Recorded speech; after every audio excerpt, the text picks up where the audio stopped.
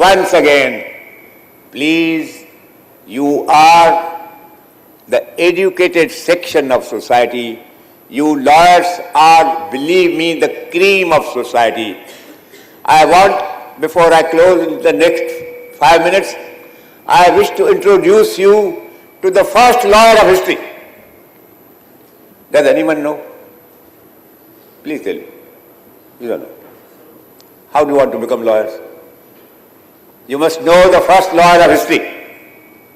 The first lawyer of history, my friend, was a man called Daniel.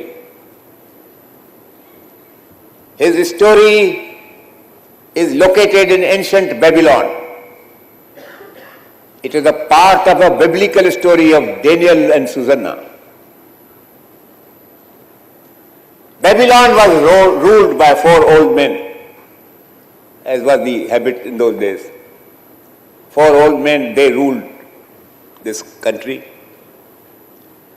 And the old men of those days were no better than the old men of today.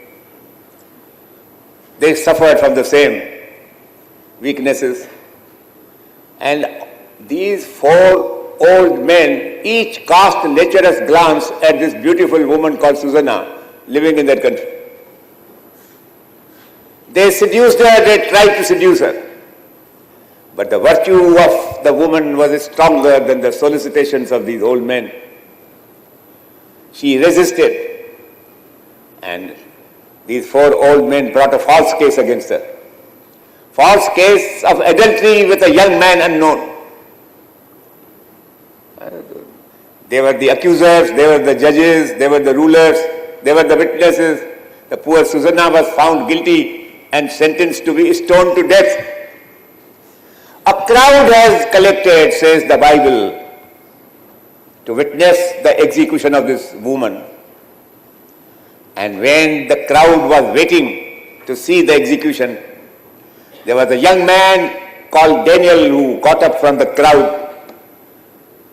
He got up and said, I don't believe that this woman is guilty at all. So the crowd was not impressed by his wisdom, but they surely were impressed by his bravado. So there is a young man, but what do you want? He said, I want to ask some questions from these old men. Crowd said, all right, we'll give you. But he said, I want to.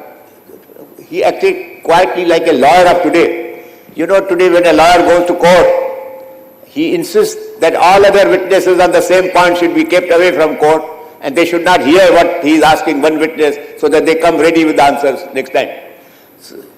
So therefore they said, all right. So he asked, the poor fellow was not a trained lawyer, but he was high up in his spirits.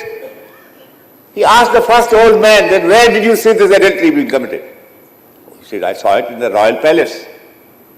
Where? Then he named some section of the royal palace.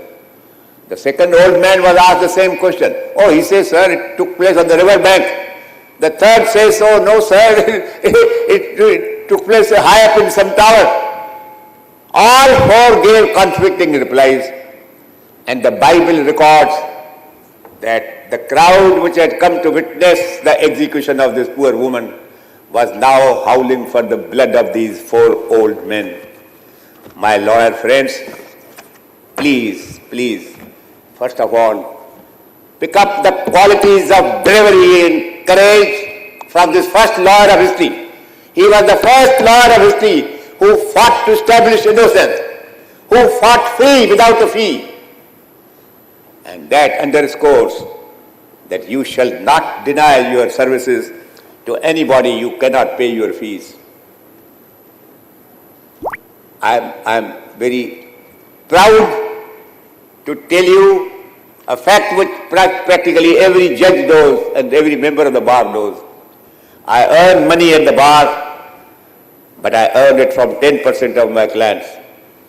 My 90% work is still free work. And a lawyer has to give free services to anyone who cannot afford to pay his fees. That is his moral and professional duty, now highlighted by rules framed by the Bar Council of India, when I was the chairman of the Bar Council of India for 4 terms. All these rules, I have got them framed, and today rendering free legal service is a statutory obligation under the Advocacy Act of every lawyer, but those lawyers don't discharge their duties properly. And I hope you youngsters will do that.